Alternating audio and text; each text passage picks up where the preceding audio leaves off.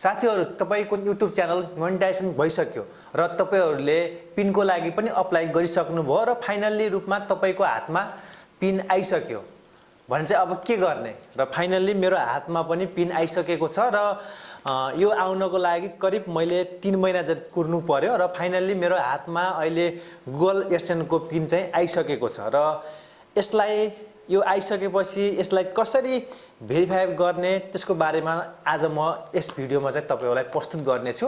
नमस्कार साथीहरु, म पशुपतिजी, आफूले जानेको कुरा अरूलाई सिकाउने मान्छे र साथीहरु तपाईले यो भिडियो फेसबुक पेजको मार्फत हेर्दै हुनुहुन्छ भने हाम्रो फेसबुक पेजलाई चाहिँ लाइक गर्न नबिर्सिनु होला। त्यसैगरी हाम्रो युट्युब च्यानलमा पहिलो पल्ट आइराख्नु भएको छ र हाम्रो च्यानललाई अझसम्म पनि सब्स्क्राइब गर्नु भएको छैन भने हाम्रो च्यानललाई सब्स्क्राइब गरेर छेउमा रहेको बेल आइकनलाई पनि क्लिक गर्न नबिर्सिनु होला भन्दै अब म यो जुन पिन रहेको छ यो पिनलाई कसरी चाहिँ भेरिफाई गर्ने र यसको पिन कहाँ राख्ने भन्ने बारेमा सम्पूर्ण जानकारी आज म यस भिडियोमा रहेर चाहिँ तपाईहरुलाई सिकाउने छु। अब ढिला नगरिकन जाउँ, तपाईलाई म मोबाइलबाट आज यस पिनलाई चाहिँ भेरिफाई गरेर चाहिँ सिकाउने छु।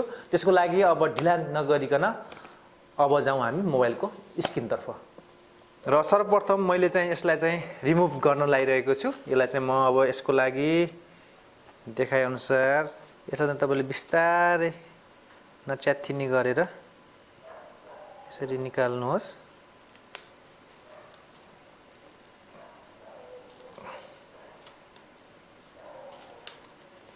मैले निकाल्न लागिरहेको छु, त बिस्तारै यसलाई च्यात्नुस्। यसलाई बिस्तारै निकाल्नुहोस्, बिस्तारै भित्रको च्यात्तिन सक्छ र बिस्तारै यसलाई निकालिसकेपछि हाम्रो सबभन्दा ठुलो चीज भनेको जे छ, इम्पोर्टेन्ट चीज भनेको हाम्रो यसैमा रहन्छ। अब हेर्नुस्, यही हो हाम्रो चाहिँ।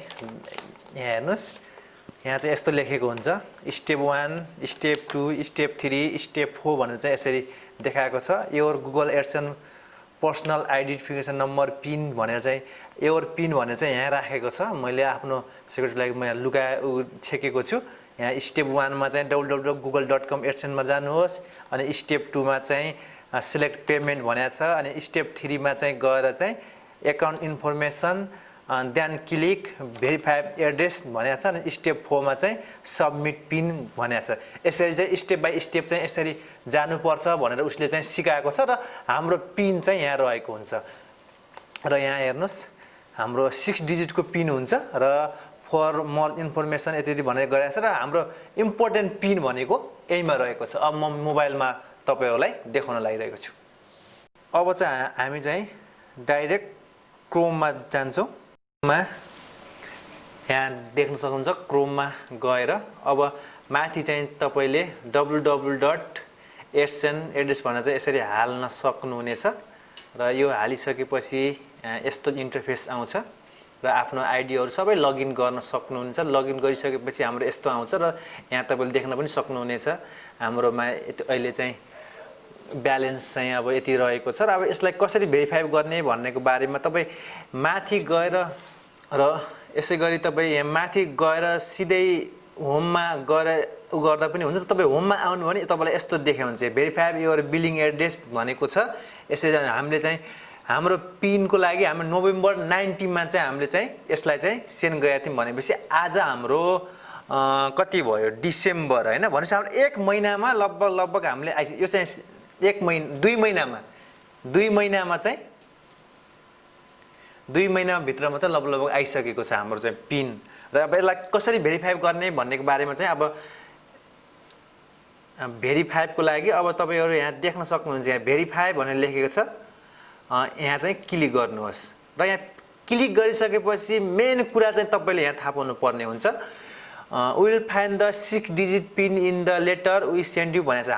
उले पठाएको 6 डिजिट पिन चाहिँ हामीले यहाँ हाल्नु पर्ने हुन्छ र हामीले एटीएम चाहिँ जम्मा 3 चोटी गर्न पाउँछ र तपाईले यो एटीएम एकदम सही हाल्नु पर्छ। केही कारणले मिस्टेक भयो भने यो चाहिँ हाम्रो लागि भेरिफाई चाहिँ हुँदैन र हामीले यो जुन यो हाम्रो गुगल एडसेन्स रहेको छ, गुगल एडसेन्सले पठाएको पिन जुन 6 डिजिटको छ त्यो चाहिँ अब म हाल्न लागिरहेको छु र अब म यहाँ हाल्न गइरहेको छु।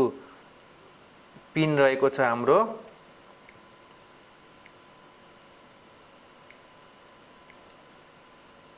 र यति गरेर आफ्नो पिन हालिसकेपछि यसलाई चाहिँ सबमिट गर्नुहोस्। सबमिट गर्दा बित्तिकै हाम्रो फाइनली हाम्रो एड्रेस हैज बीन भेरिफाइड भनेको छ।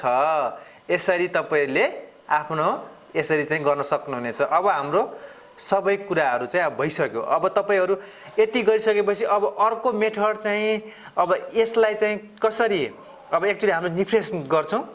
रिफ्रेश गरेर हेर्दाखेरि हाम्रो यहाँ भएको चाहिँ हटेर जान्छ।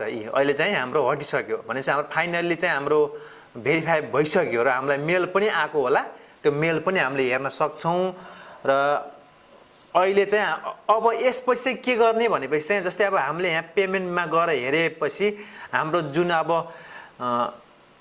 यसपछि चाहिँ हामीले अब आफ्नो बैंक एकाउन्ट चाहिँ हामीले राख्नु पर्ने हुन्छ। र तपाईहरुलाई जस्तै अब हाम्रो यहाँ $100 पुग्यो भने चाहिँ हामीले यो पैसा निकाल्नको लागि हामीले एड पेमेन्ट मेथड मा चाहिँ हामी जानुपर्ने हुन्छ। र तपाईलाई म अर्को भिडियोमा चाहिँ यो एड पेमेन्ट मेथडलाई कसरी गर्ने भन्ने बारेमा चाहिँ जानकारी अर्को भिडियोमा चाहिँ तपाईहरुलाई लिएर आउने छु। र त्यसको लागि हाम्रो यस च्यानल तपाईहरुले अझैसम्म सब्स्क्राइब गर्नुभएको छैन भने सब्स्क्राइब गर्नु होला। र आगामी दिनमा अर्को भिडियोमा मैले यो पेमेन्ट मेथडलाई बैंक चाहिँ हामीले कसरी राख्न सक्छौं, अहिलेको नयाँ तरिकामा बैंक राख्न उचित छ कि वेस्टर्न युनियनको राख्न उचित छ, त्यसको बारेमा तपाईहरुलाई म यो बैंक लिंक गर्ने प्रोसेस चाहिँ तपाईलाई अर्को भिडियोमा सिकाउने छु। होस् त आजलाई नमस्कार। र साथीहरु यो भिडियो तपाईहरुले स्किप नगरेर हेर्नुभयो भने आज तपाईहरुले आफूले प्राप्त गरेको पिनलाई कसरी भेरिफाई गर्ने भन्ने बारेमा जान्नुभयो होला। आगामी दिनहरुमा यस्तै नयाँ भिडियोको लागि हाम्रो यस च्यानल सब्स्क्राइब गर्न नबिर्सिनु होला भन्दै आजलाई बिदा चाहन्छु। होस् त नमस्कार। जय नेपाल।